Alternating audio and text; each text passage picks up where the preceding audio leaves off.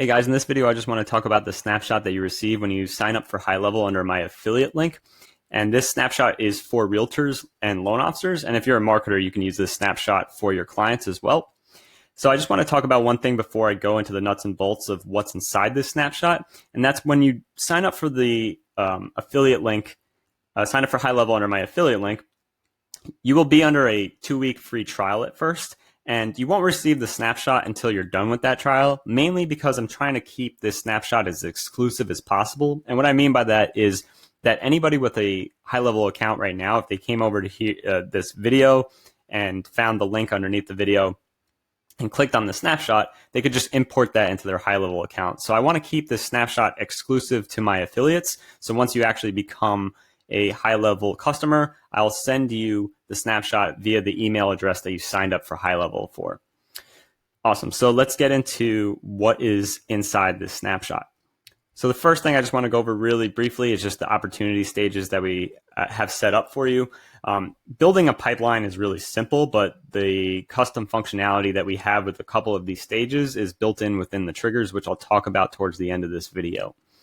Next, let's just hop into the marketing campaign section. And we have some built out campaigns for Facebook ad leads or YouTube leads that are coming in that are buyers and that are looking to buy houses, right? So they could be sellers as well, but it's a little bit more catered to people looking at lists of homes. So first campaign that they go into is this new lead campaign. If they respond in any way positively, they get put into an engaged positive response campaign. If they book an appointment, they get booked appointment reminders. If they don't show up, they get emails and texts trying to re-engage with that lead and get them back as an appointment, or even possibly have them call you.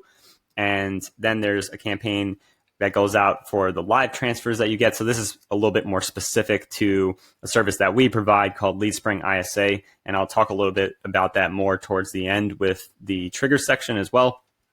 And if they haven't responded at all, then we put them through a long-term nurture with emails and texts. And if they don't respond to that, then we restart it.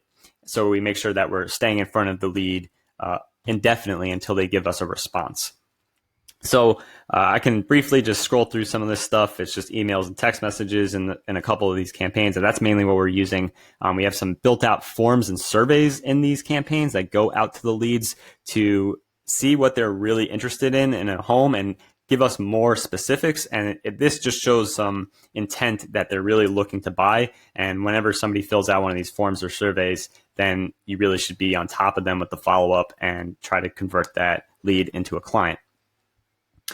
After that, let's just go into triggers. So this is set up in a way that is, it works really well with our service LeadSpring ISA. So if we have specific tags that are like do not call tags and positive response tags that let us know to send that lead to the dialer and put them at the top of the queue so we can get in contact with them as soon as possible. So you can set this up in a way that will work if you're doing the call follow-up yourself as well. And it's good for that as well, because it will have you not call people that may have told you to stop contacting them or told you to unsubscribe, and you don't want to exactly waste your time with every single lead if you don't need to, if they're being basically disqualified through automation, right? So this is what these triggers intend to do here. So once you have the snapshot, all you need to do is just activate all of them and they're good to go. You may need to adjust a few things if you're not using LeadSpring ISA, which I can make a separate video about. Next, this is how to move leads through different campaigns that we have based off of what happened to them, right? So if they didn't show up to an appointment, one of the things that we do actually in the pipeline stage, so like let's say we're looking at this one card right here where it's an appointment no-show, and let's say this is a lead. I just put a test lead in here for the sake of testing it. I just clicked on them by accident. But let's say they were in booked appointment and I moved it over to appointment no-show.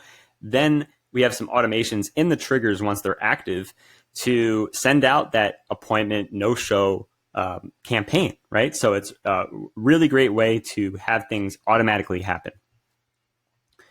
So just going back into triggers, we have, and the same thing kind of applies for a lot of things. So if they get tagged with a certain tag like live transfer, then we put that lead into a live transfer campaign.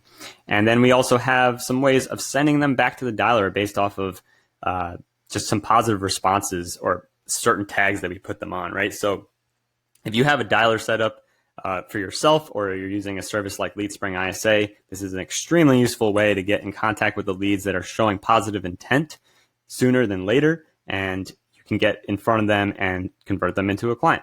So I just wanted to share this with you because I think it's really, really valuable if you are in the real estate niche or working within the real estate niche in some shape or form, and you can utilize this snapshot to make greater impact in your follow-up and convert more deals.